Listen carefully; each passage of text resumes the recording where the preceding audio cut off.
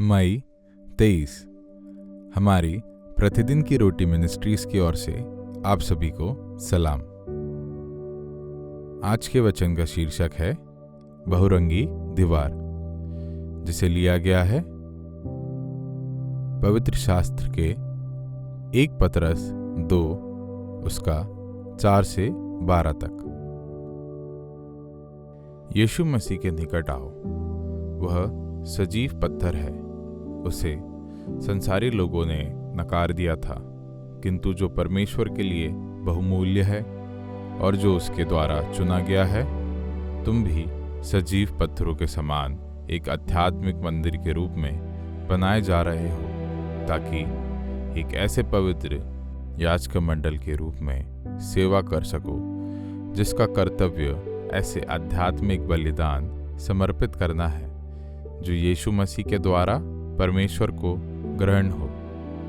शास्त्र में लिखा है, देखो मैं सिय्योन में एक कोने का पत्थर रख रहा हूँ, जो बहुमूल्य है और चुना हुआ है। इस पर जो कोई भी विश्वास करेगा, उसे कभी भी नहीं लजाना पड़ेगा।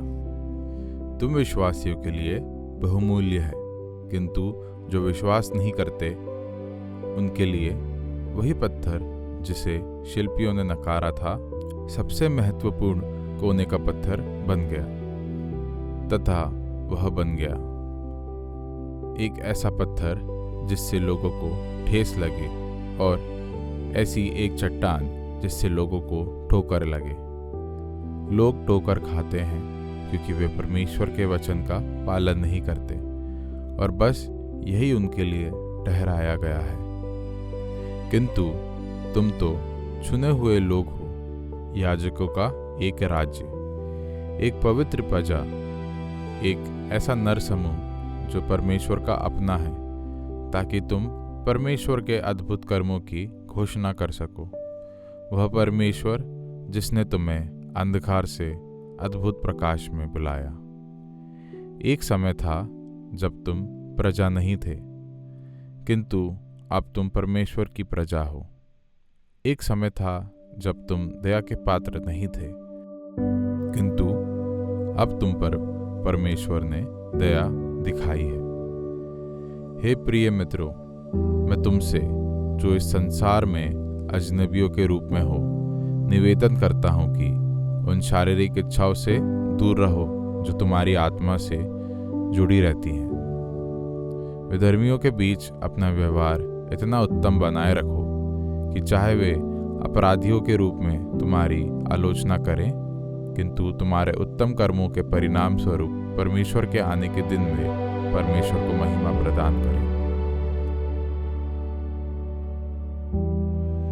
जब मेरी दोस्त ने मुझे एक जंगल रंग पेंटिंग दिखाई जिस पर वह काम कर रही थी, तो मैंने कैनवास पर उस छवि को वेल्लोर किले की दीवार के रूप में पहचाना।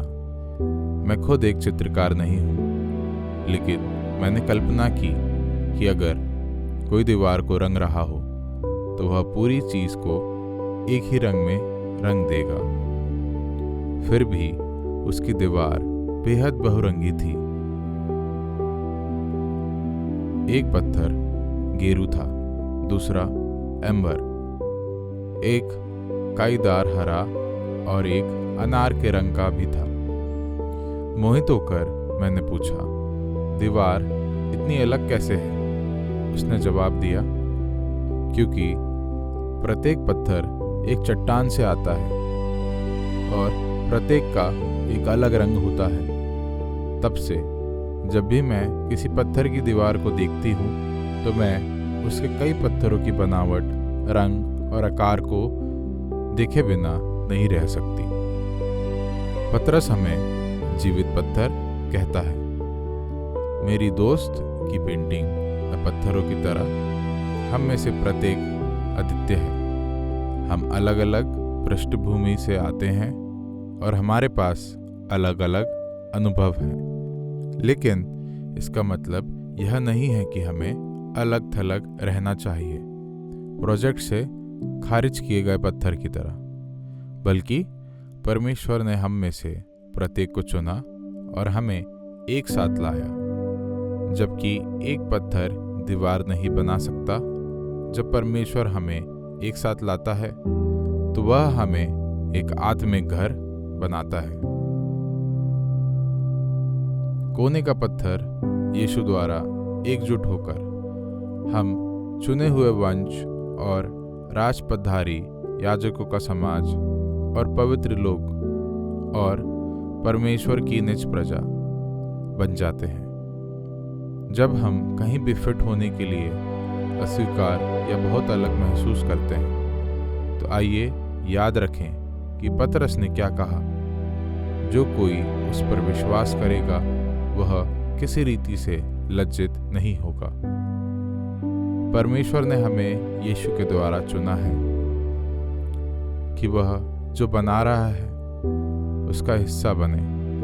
हमारी विशेषता परमेश्वर के समुदाय में पूरी तरह से फिट बैठती है। इसे लिखा गया है एन हरि कीर्तन ने। आपने परमेश्वर को अपने चर्च के सदस्यों के व्यक्तित्व का उपयोग करते हुए कैसे देखा है? किस तरह से आपकी विशेषता परमेश्वर द्वारा बनाए जा रहे आत्मिक घर में योगदान दे सकती है?